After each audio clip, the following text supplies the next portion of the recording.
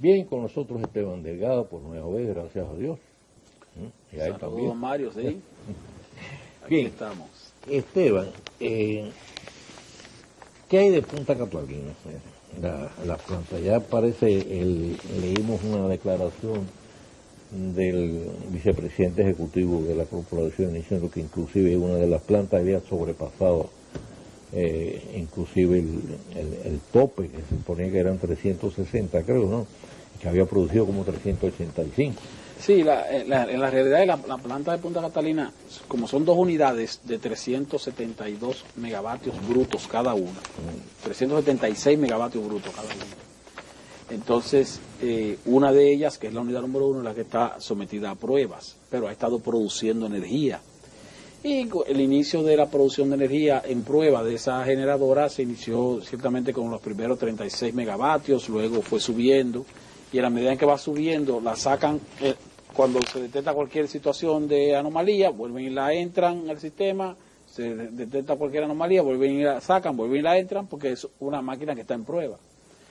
Hasta llegar a los 300, 350, 370 megavatios, hasta llegar a su máxima capacidad.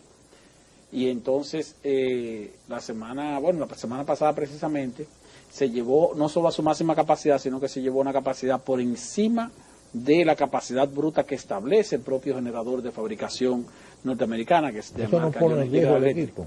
No pone en riesgo el equipo, porque generalmente los equipos se fabrican con una capacidad específica, pero con un margen hacia arriba. Bueno. Y entonces, para los fines de prueba, porque no fue que la colocaron alrededor de 384 megavatios momentáneamente como prueba, pero no era para dejarla ahí, era para comprobar o verificar que aún en su máxima capacidad, en una capacidad extrema, pues no registrara vibraciones ni registrara ningún tipo de anomalía.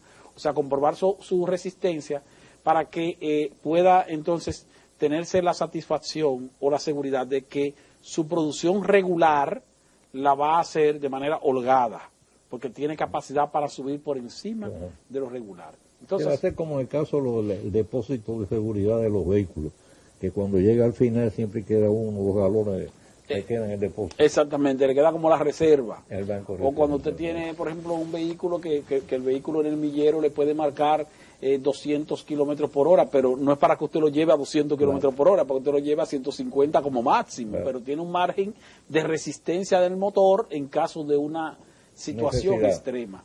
Entonces, esta planta, cada una de estas unidades debe producir como capacidad neta 337 megavatios, o sea, 337 megavatios que debe tener en el sistema de manera neta, normal, funcionando, aportando generación. Por lo tanto, debe producir o generar a una capacidad un poquito más alta de 337 megavatios, que es lo que se conoce como la capacidad bruta. Entonces, si su capacidad bruta es 376 megavatios y llega a esa capacidad bruta, es seguro que va a producir más de 337 megavatios netos en condición normal. Y gracias a Dios, los procesos que se han desarrollado hasta ahora de prueba de esa generadora han resultado exitosos, no ha habido ninguna dificultad, tal y como dijo el vicepresidente ejecutivo. Esa es la planta 1. Esa es la unidad número 1. La 2 no ha entregado Entonces, todavía. la número 2 está ya armada, se puede decir por completo, pero está todavía en el proceso de inicio de lo que está desarrollando la unidad 1 actualmente. La unidad número 2 debe en cualquier momento iniciar el proceso de encendido de los quemadores de la caldera. Si usted recuerda, cuando el presidente Danilo Medina fue allá a Punta Catalina, que hizo un encendido, que salió en todos los medios de comunicación, que encendieron Punta Catalina, lo que hizo el presidente Danilo Medina fue el encendido de los quemadores de la caldera de la unidad número 1.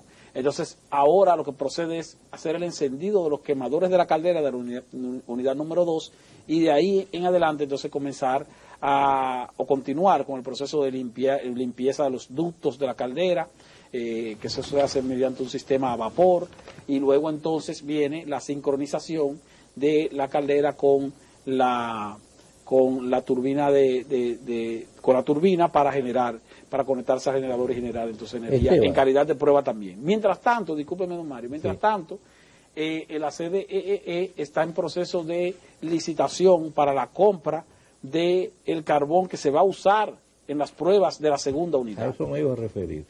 ¿Cada qué tiempo debe más o menos reponerse el carbón? más o menos proyectado? Bueno, la capacidad de almacenamiento que tiene la planta, en sentido general, es una capacidad de 2 meses de carbón. Tiene una cada capacidad. 2 meses hay que hacer licitación. No, cada 2 meses, se va a recibir suministro de carbón, pero aún en una situación de atraso, hay la posibilidad de durar hasta 2 meses sin recibir embarques. Ahora, con relación a el uso del carbón, lo que se hizo en principio fue contratar o licitar, una licitación para la compra de 462.000 toneladas métricas de carbón mineral que se van a usar o se están usando en la unidad número 1. Entonces se está haciendo una nueva licitación para comprar 788.000 toneladas métricas de carbón mineral que se van a utilizar para las pruebas de la unidad número 2. Luego viene una tercera licitación que va a ser para la contratación del suministro permanente. Ah, permanente. Sí, porque la primera licitación fue suministro de una cantidad limitada, 462.000 toneladas para las pruebas que se están desarrollando ahora. Entonces ese carbón es suficiente para los próximos meses. Y entonces los otros 788.000 toneladas métricas son para la unidad número 2, también para su periodo de prueba. Es una cantidad mayor porque ya va a llegar un momento en que va a estar operando las dos juntas. Y aparte de eso, entonces se haría una tercera licitación. Esa tercera licitación pública internacional es para contratar ya una empresa que se quede definitivamente, o varias empresas que se queden definitivamente suministrando de manera permanente el carbón que va a utilizar esta planta constantemente. ¿Qué cantidad de carbón hay que almacenar? Tú dices que para 2 meses, ¿qué cantidad significa? La cantidad de carbón, tengo entendido que son, creo que el dato no lo tengo exacto, pero lo que sí tengo exacto es la cantidad de capacidad de almacenamiento que tiene el almacén de carbón. Pero sí tengo entendido que la planta en condiciones normales, operativas, ha de consumir, creo que son 2.000 toneladas diarias de carbón o algo por el estilo. Pero ese dato no lo tengo con precisión. Sí tengo con precisión el dato de que la capacidad de almacenamiento, estando a toda capacidad la planta, es para 2 meses en el almacén. Sí. Usa mucho carbón entonces. Sí, usa mucho carbón porque es una planta de más de 700 megavatios brutos. Es una planta que va a operar o va a aportar al sistema de manera constante 674 megavatios netos. Ahora, Esteban, leí también la información de que es muy posible que el país le venda energía a Haití, le venda energía y gas. Supuestamente entonces tendríamos nosotros que tener un excedente de energía para poder estar vendiendo energía a Haití sin que se refleje aquí en apagones. En efecto lo va a haber. Fíjese que desde el año 2012 o desde el 2013 hasta ahora han venido entrando al sistema nuevas capacidades de generación de electricidad. Ha entrado al sistema o hubiera entrado al sistema y de aquí al 2020 así será. Vamos a contabilizar los 674 megavatios netos de Punta Catalina, 609 megavatios de energía renovable, de parques de energía solar y eólico principalmente. Han entrado también 114 megavatios del ciclo combinado de AES en las plantas de los minas, que eso también es energía que no necesita combustible adicional, porque es un ciclo combinado. Entonces también entraron los 430 megavatios de las Quisqueyas 1 y 2, que son motores que se inauguraron entre el 2013 y el 2015. Una de esas plantas es de Ejejaina y la otra planta es de la minera Barry Pueblo Nuevo, pero Barry no consume esa cantidad completa, sino que la otra parte de los 215 megavatios entra al sistema. Entonces la contabilidad que se ha hecho es que desde el 2012 hasta el 2020 habrán entrado al sistema como energía nueva, adicional a lo que ya estaba, 2.000 megavatios, 2.100 megavatios, que eso es casi el consumo nacional. O sea, ¿cómo tener energía Entonces sobrante? va a haber energía, no vamos a decir que de sobra, pero sí suficiente y de reserva también suficiente. ¿Cómo se pasaría eso a Haití? Entonces, ese es el punto. La posibilidad que tiene la República Dominicana de vender energía a Haití es real. Ahora, para eso se requerirían inversiones cuantiosas, principalmente en transmisión. Haití carece de redes de transmisión efectivas o en buenas condiciones para transportar esa energía.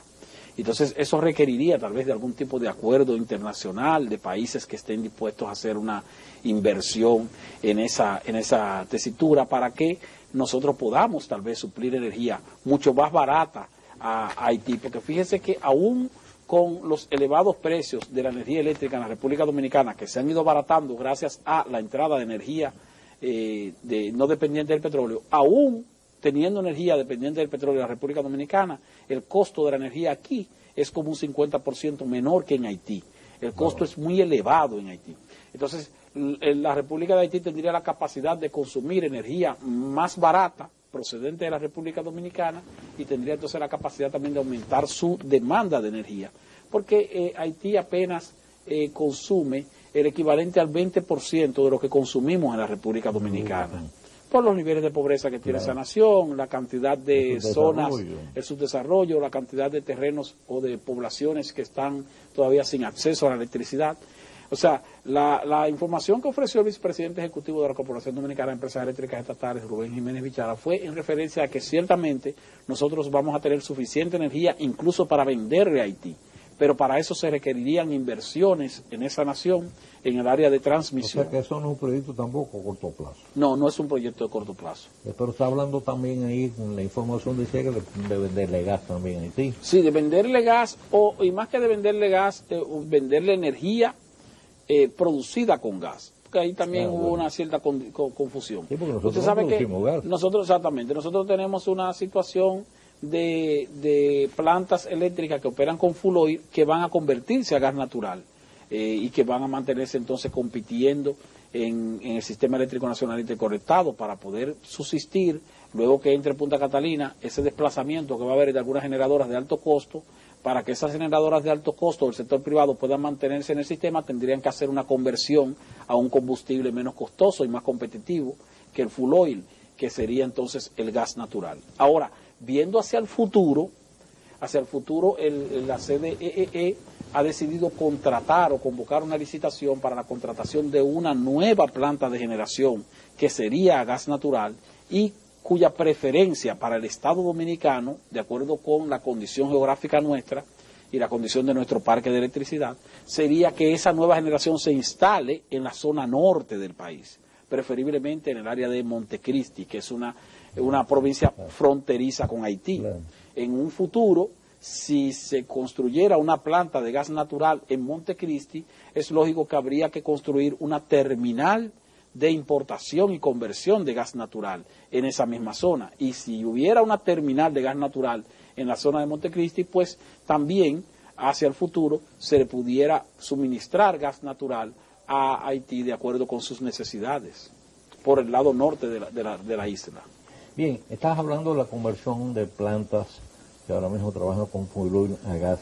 Eso incluiría la antigua Coyentris, que era San Pedro de Macorís. Efectivamente, la antigua Coyentris, que es la compañía eléctrica de San Pedro de Macorís, ya tiene incluso un contrato firmado con la Corporación Dominicana de Empresas Eléctricas Estatales para su conversión y extensión del contrato que está vigente. Ellos tienen un contrato vigente que termina en el año 2022. Entonces, lo que se hizo fue un acuerdo mediante un decreto que emitió el presidente Danilo Medina para que se le conceda un contrato nuevo, claro, siempre condicionado a que se convierta a gas natural. Entonces ya ese contrato está se elaboró, ese contrato se negoció y ya está firmado. Ahora, ese contrato no entra en vigencia si la planta no se convierte. Si la planta se queda en full oil, automáticamente el contrato no es como si no existiera, porque está condicionado a que se convierta a gas natural. Lo mismo se está haciendo con la generadora Eje Jaina para la conversión de la Quisqueya 1, porque como le dije, la Quisqueya 2 es propiedad de la minera Barrick y ya esa tiene un acuerdo de conversión, pero no de un contrato con la CDE, sino de un contrato con la empresa que le va a suministrar el gas, que es AES. O sea que todas esas se van a convertir a gas. Seguro se van a convertir a gas. La generadora de San Pedro de Macorís, antigua Coyentri, que son 300 megavatios, y las dos generadoras de Quisqueyas, que son 430 megavatios en su conjunto, para un total de 730 megavatios. Otras que pueden convertirse a gas natural también en la zona de 730 megavatios, le dije ahí, en la zona de San Pedro de Macorís, serían los Orígenes, que es una planta eléctrica también de full oil, que tiene alrededor de 60 megavatios, y la Sultana del Este, que opera con una capacidad de alrededor de 160 megavatios. En total, el potencial de conversión a gas natural del parque energético de San Pedro de Macorís serían 930 megavatios, 930 o 940 megavatios. Esto va a reducir de manera muy significativa el costo. Exactamente, va a reducir el costo de energía y va a diversificar muchísimo más la matriz de generación, porque fíjese que si usted introduce al sistema 674 megavatios netos de carbón mineral, más 609 megavatios de energía renovable, más 940 megavatios que antes eran de full oil y van a ser ahora de gas natural, entonces tendríamos una dependencia mínima del full oil como derivado del petróleo, y eso contribuirá significativamente a la reducción del costo de generación. Muy buenas noticias. Hacemos la pausa y regresamos.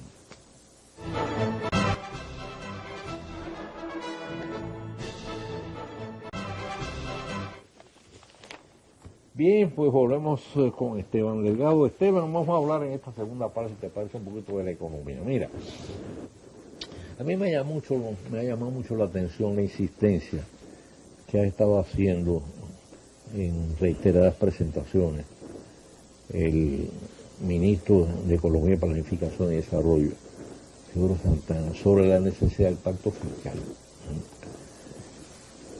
¿Cómo tú visualizas el asunto tal? Porque veo que en el gobierno ha habido como, salvo estas expresiones reiteradas de Isidoro Santana, noto que en el gobierno pues no ha tenido mucho eco el asunto del pacto fiscal, como que lo han ido dilatando. ¿Tú crees realmente que el país necesita de urgencia un pacto fiscal? La realidad es que sí.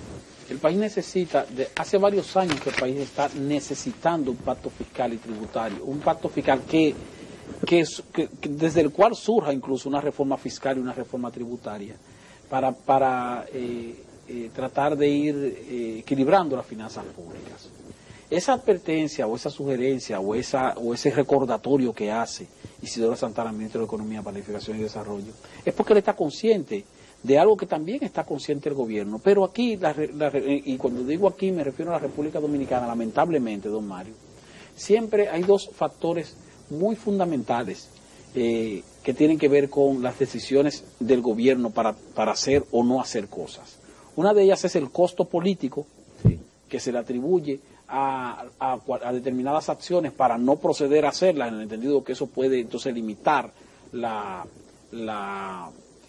posibilidad de ganar unas elecciones o de ganar simpatías en determinadas coyunturas. Y la otra es la voluntad política, que cuando el gobierno sí se interesa en hacer una obra, en invertir en determinados proyectos.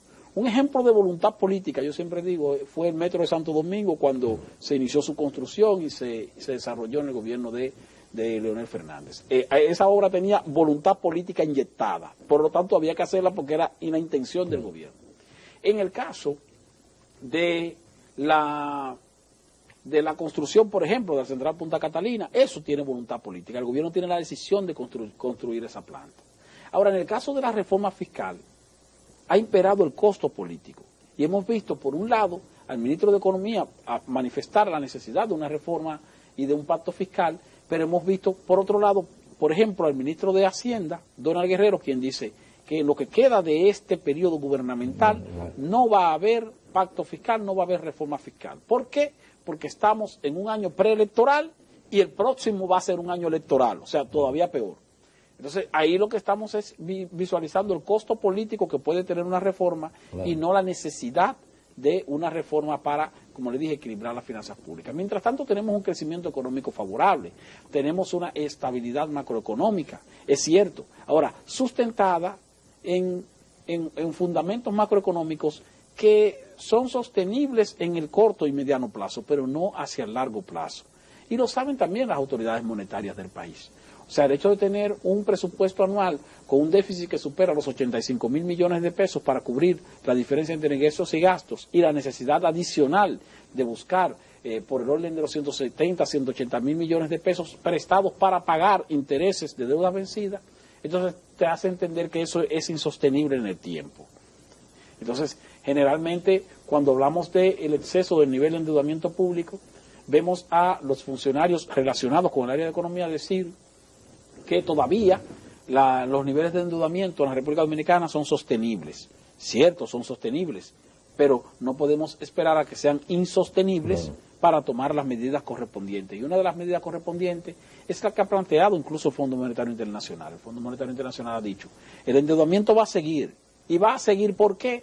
Porque no se tiene a la vista una reforma fiscal que contribuya primero con ampliar la base imponible de los impuestos ya existentes, que es un planteamiento que hace el Fondo Monetario Internacional, con la identificación de los impuestos que pudieran aplicarse adicionales a los ya existentes, con la eliminación, revisión de las exenciones fiscales que reciben determinados sectores productivos que ya tal vez no lo necesitan, con la revisión del gasto público para mejorar la calidad del gasto público y con la reducción de subsidios como el subsidio eléctrico, que en eso se puede decir que se está trabajando tomando en cuenta lo que hablábamos en el segmento anterior, de las inversiones que se están haciendo tanto en el sector público como privado para mejorar la calidad de la generación y así reducir los costos. Pero eso no es algo tampoco que se va a ver de un año hacia otro, sino que también se trata de una decisión de resultados de mediano plazo o de largo plazo.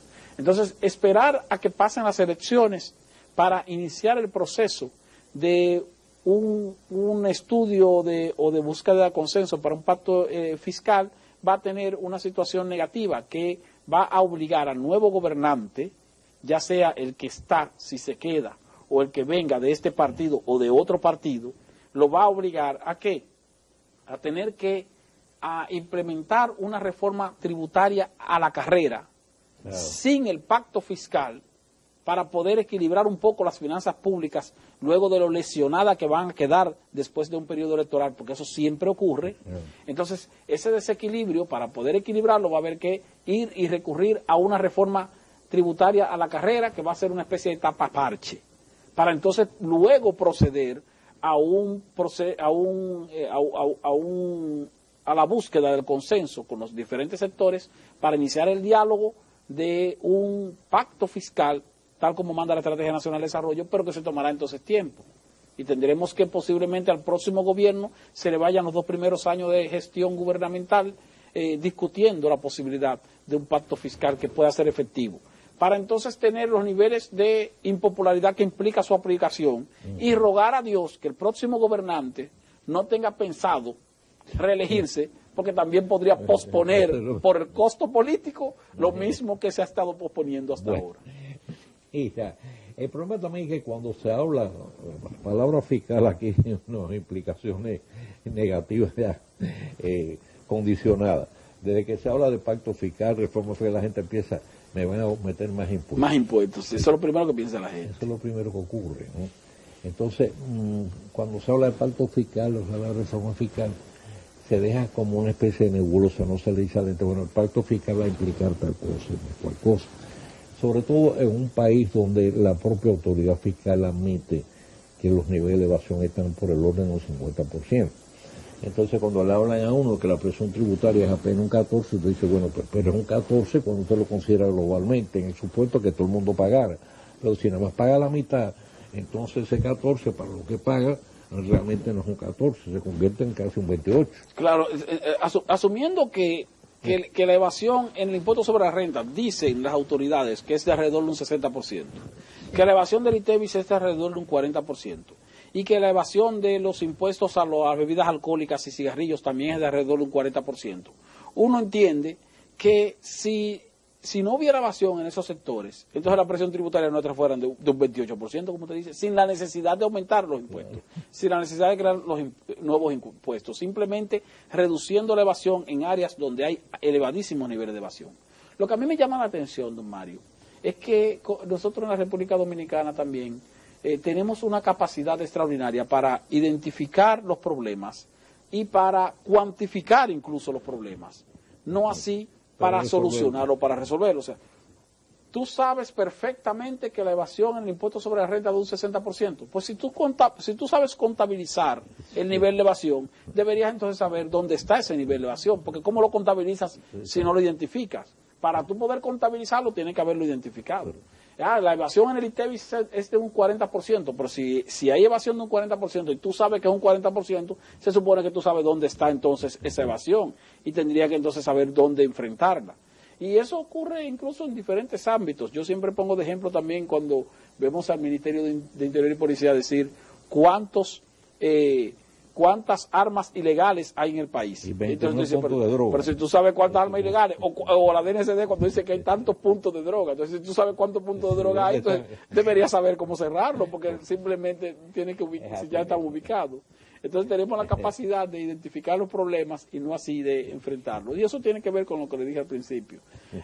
Nuestros gobernantes toman muy en cuenta el costo político antes de poner por delante los intereses colectivos de la nación. Es verdad. Esteban, muchísimas gracias por haber estado con nosotros. Te espero pronto por acá de nuevo. Siempre a la orden para conversar con usted y con los hombres televidentes de Teledebate. Hacemos la pausa, volvemos con el tiro rápido de este día. Con Mario Rivadulla. Contrasentido.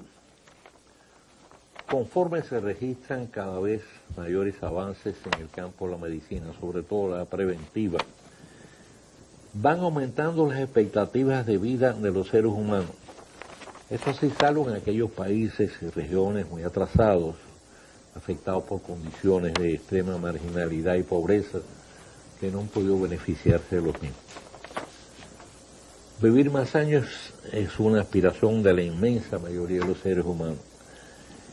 Lograr extender la expectativa de vida es considerado además como uno de los aspectos fundamentales que sirven para medir el progreso de una sociedad. Pero vivir más no siempre representa necesariamente vivir mejor. La expectativa de vida de los dominicanos ha mantenido un ritmo de incremento. Un estudio llevado a cabo por varias instituciones bajo el título Misión República Dominicana Envejece, ahí se publicó en la prensa un resumen, lo deja en evidencia al establecer que mientras en el año 1950 los mayores de 60 años representaban el 2.7% de la población total, para el año 2015 esa proporción había aumentado hasta un 6.7%, es decir, 2 veces y media más.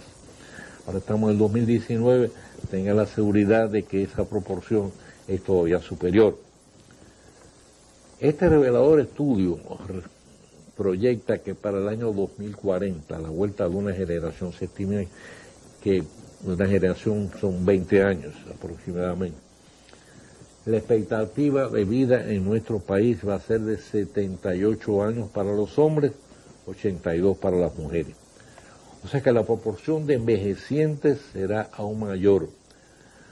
Y para poder mantener el equilibrio poblacional y por tanto económico y social, va a ser preciso disponer de una mayor cantidad de población joven y necesario por consiguiente incrementar la tasa de natalidad.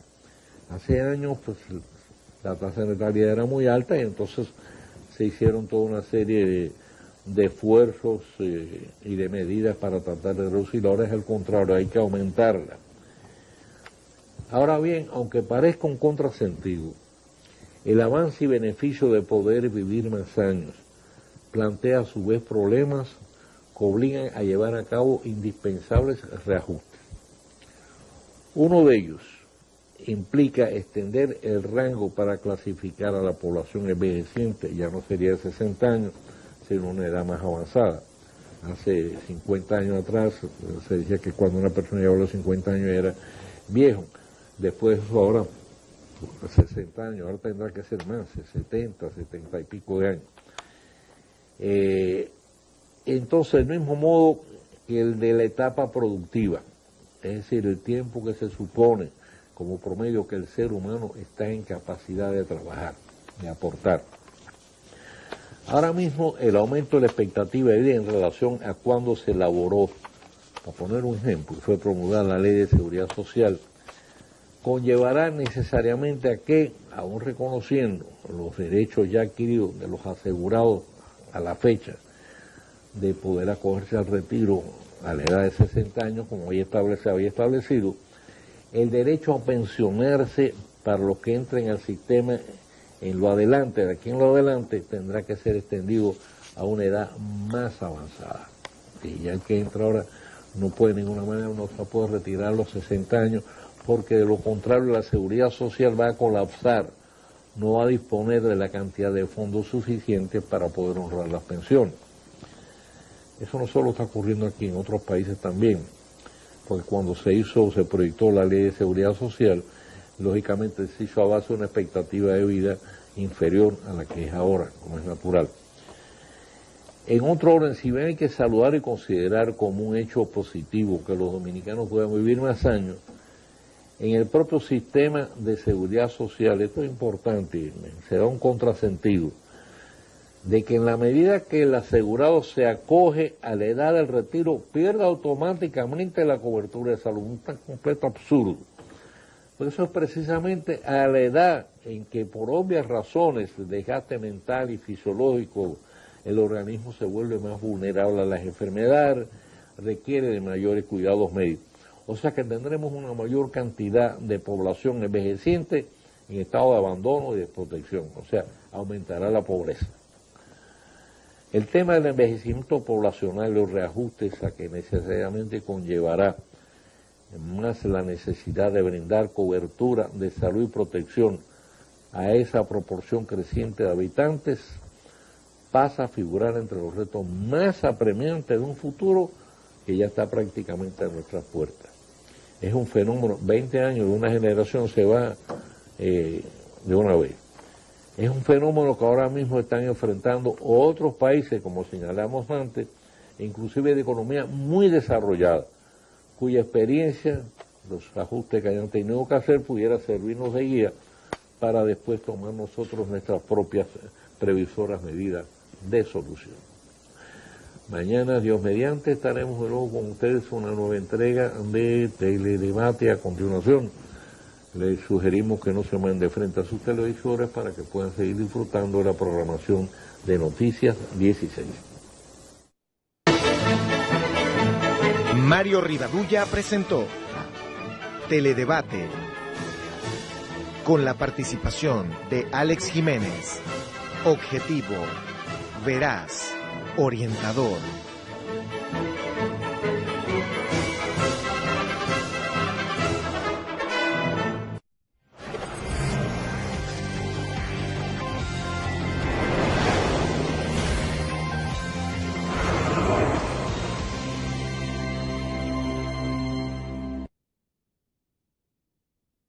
En los 90, había un príncipe y una princesa que todos amaban. Bailamos la Macarena, buscamos un hoyo a la orilla del mar y las mujeres gritaban por los chicos de la calle de atrás.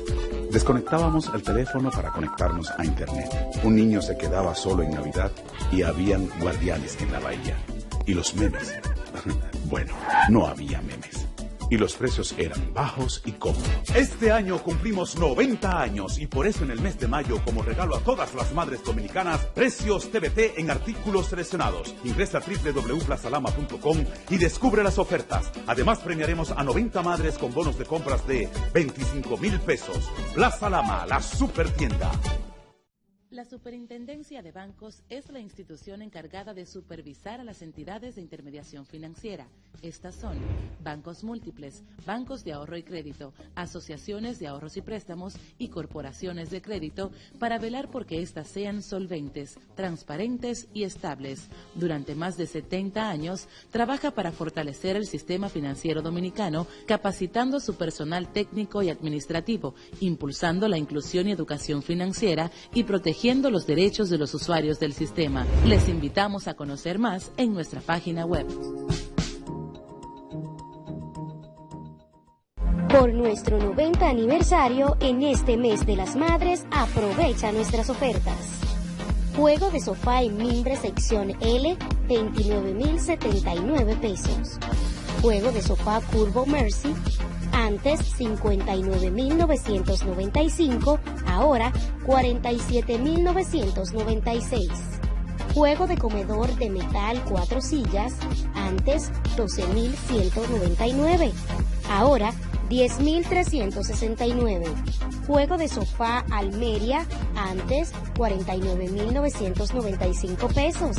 Ahora, 42.495 pesos. Esto y mucho más en Plaza El Ama, la super tienda. Y si te quedas esta noche, César Suárez Pisano presenta el más completo cantautor de Colombia, Santiago Cruz. El mejor regalo con motivo del Día de las Madres.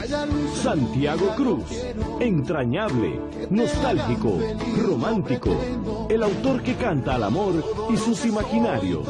Santiago Cruz, con su tour Elemental.